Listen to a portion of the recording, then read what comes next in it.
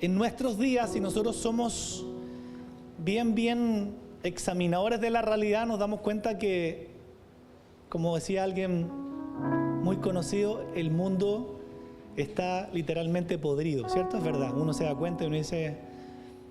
Yo creo que, como en todas las cosas, en la iglesia hay gente mayor a mí, menor a mí, pero yo me acuerdo, por lo menos cuando era pequeño, y uno dice, hay cosas que no eran así, ¿cierto? Por supuesto que no. Hay una descomposición de todo tipo social, moral, una desvalorización del Señor. Ustedes vieron lo que pasó en la inauguración de los Juegos Olímpicos, cómo se blasfemó el nombre de Dios, cómo se blasfemó la figura de Cristo, ¿cierto? Una santa cena satánica.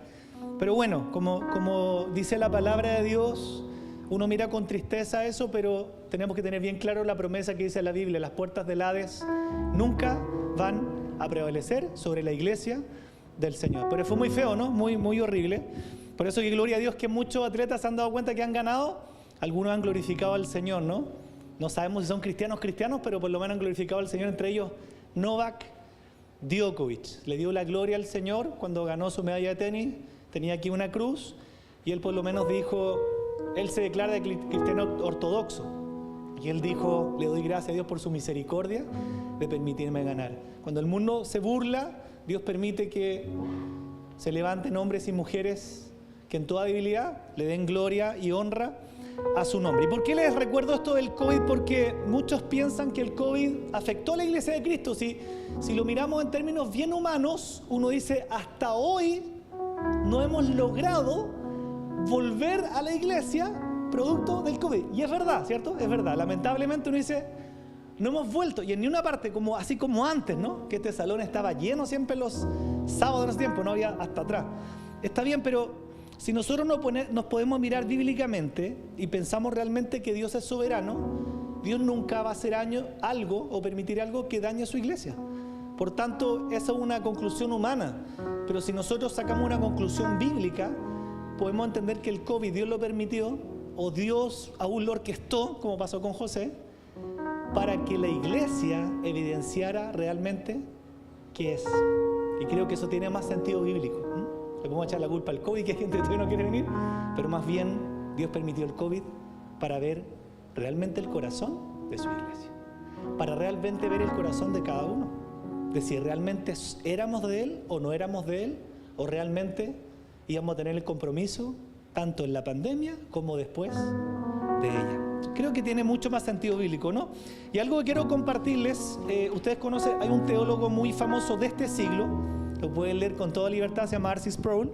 Siempre les voy a recomendar autores buenos, calados, ¿no? Que ustedes los pueden encontrar en las librerías. Hay un margen de seguridad cuando uno va a las librerías cristianas, porque hay autores que son de peso, ¿no? Uno puede encontrar muchos autores, pero tal como en su tiempo yo leí Benny Hinn y todo, y leí no sé qué, y están todos desviados hoy día, y uno dice: Señor, ¿por qué leí eso? Bueno, hoy día entiendo también que las librerías están hechas para eso, para guardarnos en un margen de seguridad con autores buenos, de peso. Él dice: el mayor problema de las personas incrédulas es que no conocen a Dios. Pero él dice después: el mayor problema de los creyentes es el mismo: no conocen a su Dios. Este hombre murió el año 2018, un poquito antes de la pandemia, gran teólogo, un hombre muy lindo de Dios, y creo que tiene mucho sentido lo que dice, porque efectivamente los incrédulos no conocen a Dios, pero lo triste es que aún los cristianos tenemos el mismo problema. Podemos saber mucho acerca de Dios, no sé si me entienden, puedo tener mucha noción acerca de Dios, pero no conocerle realmente en forma íntima. No tener esa comunión con Él y ese conocimiento de primera mano que me permite saber principalmente el carácter de Dios. Y creo que tiene razón este hombre. Y para compartirles esto muy cortito, quiero invitarles a Oseas 4. Ustedes saben que el profeta Oseas se casó con la prostituta Gomer, ¿sí? ¿Lo han leído? Imagínense, un profeta de Dios que tuvo que casarse con una prostituta. Y uno dice: ¿pero cómo? ¿Pero por qué era eso? Porque eso era para tipificar la misma infidelidad que el pueblo de Israel tenía con Dios. ¿Ustedes se imaginan lo que debe ser casarse con una prostituta? Debe ser terrible. Y era más o menos para que la gente entendiera que eso terrible, ¿cierto?, que el profeta podía experimentar al tener que casarse con una persona que era prostituta, era para que el pueblo comprendiera que la infidelidad que tenía con Dios representaba más o menos lo mismo para el Señor. Así se siente el Señor cuando su novia, que somos nosotros, tenemos amantes. Y en el capítulo 4, el versículo 1 dice: escucha la palabra del Señor, oh pueblo de Israel. El Señor ha presentado cargos en tu contra. Una cosa es cuando el Señor trata de ilustrar, ¿cierto?, lo que le quiere hablar a su pueblo, en este caso con el profeta Oseas, al casarse con una prostituta, pero el Señor es muy claro en, además de ilustrar algo, en decir claramente a su pueblo lo que Él nos demanda. Entonces, después de mostrar este casamiento con una prostituta, y cuando yo lo leí por primera vez quedé pero literalmente helado, dije, ¿cómo un profeta se casa con una prostituta? Después entendí que era para ilustrar la misma infidelidad que el pueblo de Dios de Israel tenía con el Señor. El Señor se siente igual que como que cuando nosotros nos casáramos con una prostituta. ¿Por qué? Porque el esposo, nosotros la esposa. Y eso es tremendo, decir, Señor, perdónanos cómo tú te sientes. Y el Señor le habla a su pueblo y le dice primero: escucha la palabra del Señor, Israel. El Señor ha presentado cargos en tu contra. El Señor es claro. ¿Qué cargos? Versículos del 1b al 3 dice: porque no hay verdad. Ojo con esto, no hay verdad, ¿ya? Siempre yo les he dicho que me encanta cómo la Biblia asocia la verdad con el amor. Eso que nos sirva de consejo, ¿ya? No solo para la iglesia, para nuestra vida. Yo no puedo tan solo vivir en pura verdad y no tener amor, y tampoco puedo vivir en puro amor sin decir la verdad. Es algo bíblico. Me encanta cómo Apocalipsis dice literalmente: el amor y la verdad se besan, ¿ya? Pero eso está en toda la palabra. No hay verdad, dice, ni misericordia, ni conocimiento de Dios en la tierra. Estos son los cargos que tengo: perjurar, mentir, matar, hurtar y adulterar prevalecen, y homicidio tras homicidio se suceden, por lo cual se enlutará la tierra, se extenuará todo morador de ella, con las bestias del campo y las aves del cielo, y aún los peces del mar morirán. Cuando piensa en el punto es que está tocando, le dice como diciendo: no hay nadie de lo mío. ¿Pero qué no hay? Conocimiento de Dios en la tierra. Y cuando no hay conocimiento de Dios, tanto para los incrédulos como mayormente para nosotros que sí conocemos la verdad y a veces no nos disponemos a conocer a Dios, ¿no? Más que todo, ¿ya? Es muy bueno conocer cosas de Dios, pero eso debe ir de la mano con un conocimiento personal de Dios, ¿ya? Porque Dios, más que tenga una relación aquí en mi cabeza, Dios quiere una relación en el Espíritu. Ambas cosas son importantes, ¿ya? Porque tampoco puedo tener solamente una relación con Dios sin conocerlo, sin tener una base bíblica. Las dos cosas son muy importantes. Y después de decirle cuáles eran los cargos, les dice las consecuencias. En la siguiente, que es un versículo muy conocido, el versículo 6, que dice: mi pueblo fue destruido porque le faltó conocimiento. Definitivamente uno, ¿cómo se da cuenta? Porque uno puede decir, y no es que nosotros estemos justificando, pero el incrédulo no conoce a Dios, no está en la iglesia, no tiene la Biblia, no conoce la palabra, sigue siendo culpable delante de Dios. Pero siempre la palabra del Señor es para su pueblo. ¿Por qué? Porque nosotros, teniendo la verdad, no la vivimos, no la hacemos, no la conocemos. Y en este caso el pueblo de Israel, que sí lo podemos perfectamente aplicar a la iglesia, dice: fue destruido porque le faltó conocimiento. La iglesia, gracias a Dios, nunca va a ser destruida, ¿no? Pero sí las vidas nuestras no están exentas de ser destruidas por falta de conocimiento. Y no es que nos volvamos unos cabezones intelectuales. El conocimiento va realmente en una experiencia personal de que yo tengo una relación directa con Dios, o sea, conocer a mi Dios, ¿ya? Mi pueblo fue destruido porque le faltó conocimiento. No estamos exentos que usted y yo destruyamos nuestra vida por falta de conocimiento escritural, ¿no? No estamos exentos que aún como cristianos tomemos decisiones que nos van a llevar al precipicio. ¿Y por qué? Por falta de conocimiento. Dice: por cuanto desechaste el conocimiento, yo te echaré del sacerdocio, porque olvidaste la ley de tu Dios, también yo me olvidaré de tus hijos. Yo leo esto y me duele, ¿no? Me duele porque se lo dijo al pueblo de Israel. Y todo el texto es de suma importancia, pero quisiera llamar la atención en dos frases que aparecen en este versículo: mi pueblo fue destruido. O sea, a este mismo pueblo al que el Señor trató de ilustrarle con un profeta que se casara con una prostituta para que ellos se dieran cuenta de la infidelidad, les dice: esa infidelidad a ustedes les va a destruir, porque no me conocen, porque mi pueblo fue destruido por falta de conocimiento.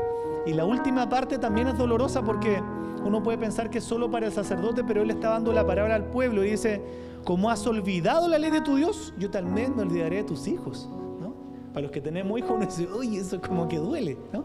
Es una advertencia muy dolorosa, ¿no? Pero la nación finalmente estaba pagando las consecuencias de haberse apartado de Dios, ¿no? Yo le he dicho que todos nosotros, el más cristiano, el menos cristiano, todos somos pecadores, todos por igual. Tenemos la misma tendencia a alejarnos de Dios, todos, ¿no? Y por eso es que es tan importante la Biblia para volver a animarnos, para volver a sacarnos de esa, a veces, apatía espiritual, como usted le quiera llamar. Y nos damos cuenta que hoy día la iglesia también, no estamos exentos, atraviesa una de sus peores crisis en Occidente. O sea, no ha habido más tiempo de blasfemias que hoy, ¿no? Y cuando uno dice, bueno, los Juegos Olímpicos no son cristianos, por supuesto, pero cuando nos vemos a veces aterrorizados por las blasfemias que se cometen dentro del pueblo de Dios, ¿sí? Yo le he contado varias cosas, ¿no? que la gente necesita saber. Iglesias se han prestado para que la Biblia sea chuteada como una pelota de rugby, cosas que uno dice, yo no esperé nunca ver algo así, ¿no? Para que su nombre sea blasfemado, para jugar con el Espíritu Santo, para tantas cosas que uno dice, necesitamos reconocer que la iglesia y por tanto nosotros mismos, nosotros somos la iglesia, ¿no? Miembros cada uno, estamos viviendo una gran crisis, ¿no? Y que tal como Dios en su tiempo advirtió a su pueblo de decirle muchas cosas y que principalmente el pueblo sería destruido, yo estoy seguro que Dios no quiere que ninguno se destruya, ¿ya? Y nos agarramos una promesa como iglesia, por supuesto, nunca nos van a ganar, pero sí algún miembro podría destruirse por falta, digamos, de aplicación escritural, falta de conocimiento acompañado de una aplicación escritural. O sea, ir contra la ley de Dios es que nosotros nos peguemos todos los días cabezazos contra una roca que no se va a mover y nos estamos destruyendo.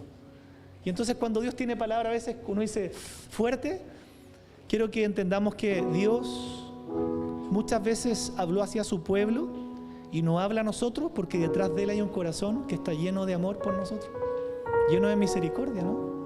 Lleno de una paciencia, porque el Señor no quisiera, dice la Biblia, que ninguno se perdiera, sino que todos procederán al arrepentimiento. Entonces lo que queremos también con esta serie es que Dios, no solamente entenderla, no solamente procesarla, sino que comprendamos que el gran llamado de Dios en el Antiguo Testamento es el gran llamado para este tiempo. Eso sí lo podemos declarar, lo que está en la Biblia, que Dios está llamando a su pueblo a volverse a Él, de todo corazón, ¿sí? Y así como estemos. Entonces el problema en ese tiempo es que la ley de Dios no era enseñada. Lo más importante, yo siempre le he aconsejado lo mismo, se lo reitero, por favor métase en la Escritura, por favor profundice en la Biblia, es para su bien, es para nuestro bien. No hay nada más antisectario que invitar a la gente a que se meta en la Biblia y pueda conocer por sí misma también la verdad, para que sepa que todo lo que hablamos, estamos hablando palabra de Dios y no otra cosa. En Estados Unidos hay estadísticas terribles que dicen que tan solo el 2% de los cristianos en Estados Unidos, que siempre fue un país súper cristiano, tan solo el 2% de la gente es la que lee la Biblia. Entonces uno dice, ¿de qué importa iglesias llenas? ¿De qué importa mega iglesias que parecieran que hay tanta gente si tan solo el 2% parece ser cristiano, ¿no? Allá son más analíticos, no sé, aquí no han hecho estadística, pero ¿cuánto sería el porcentaje en Chile de las iglesias que leen, gente que realmente conoce la Biblia, conoce a su Dios? ¿Cuánto sería eso? Pero por falta de conocimiento de Dios, el pueblo fue destruido, ¿no?